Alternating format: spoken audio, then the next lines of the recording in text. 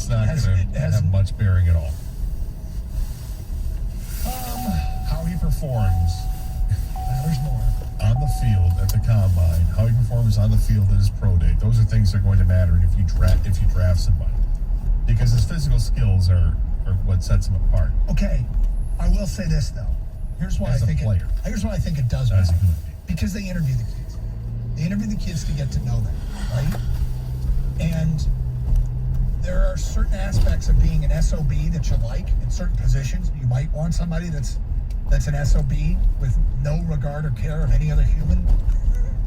Like, I wouldn't mind if my middle linebacker is just a wrecking ball of a player, and he's programmed that way personally. Not to the point where I want a lawbreaker, but that is really just a You're not looking for Reuben Foster. I'm not looking for Reuben Foster, but a mean SOB, I wouldn't mind. Is a leader of a football team at the quarterback position, is this reflective of the kind of person you want leading your team? And I would argue that it is. Well, again, yes, sure it is, but how far down the list of things about a quarterback is it part of? I mean, so if he were a guy who throws the ball, what he is, what is he? He's a guy that's got a strong as hell arm.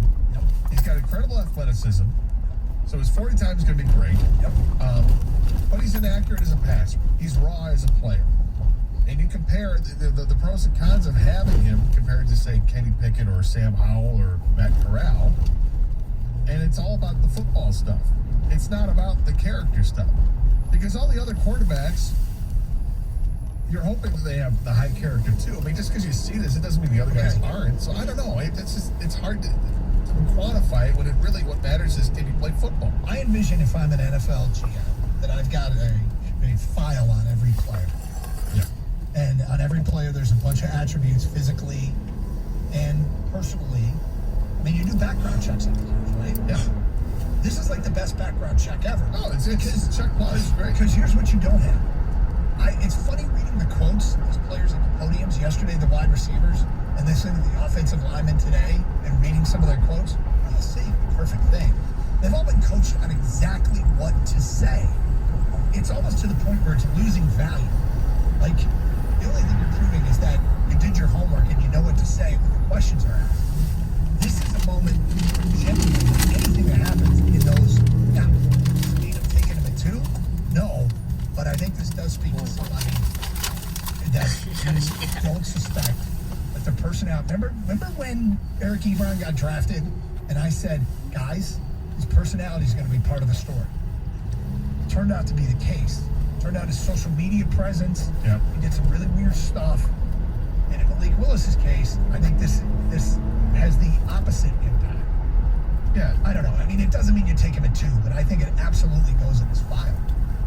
Yeah, it goes in a file. It goes in a long list of things that you're evaluating on. And you'll learn that when you talk to him, that what kind of a guy he is, what kind of character he is. And see, that's where I disagree with you. I don't know that you learn that when you talk to him. Because I think everybody's coached by saying not just talking, it's doing background checks the whole bit. I mean, you're talking to other people about him. And because that's how deep a dive these things are. In the back of my mind, I've always wondered, are those people just going to say whatever they can to help their guy? But I think this... Anyway, check it out for yourself. Brad Holmes said that, this week at the Combine, so you definitely should be optimistic because whoever we end up acquiring or selecting, whether through free agency or draft, is going to be somebody the city is going to be proud of. It's someone that a fan base is going to be proud of, what our culture is. So does this play a factor, right? Why is it taking Malik Willis? That's what our fan base is all about. So whoever we acquire, they will definitely be proud of it. We want to do it for the fans.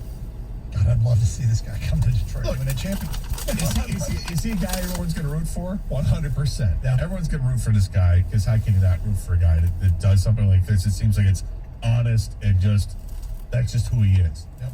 And that looks awesome. But, is that going to have a whole lot of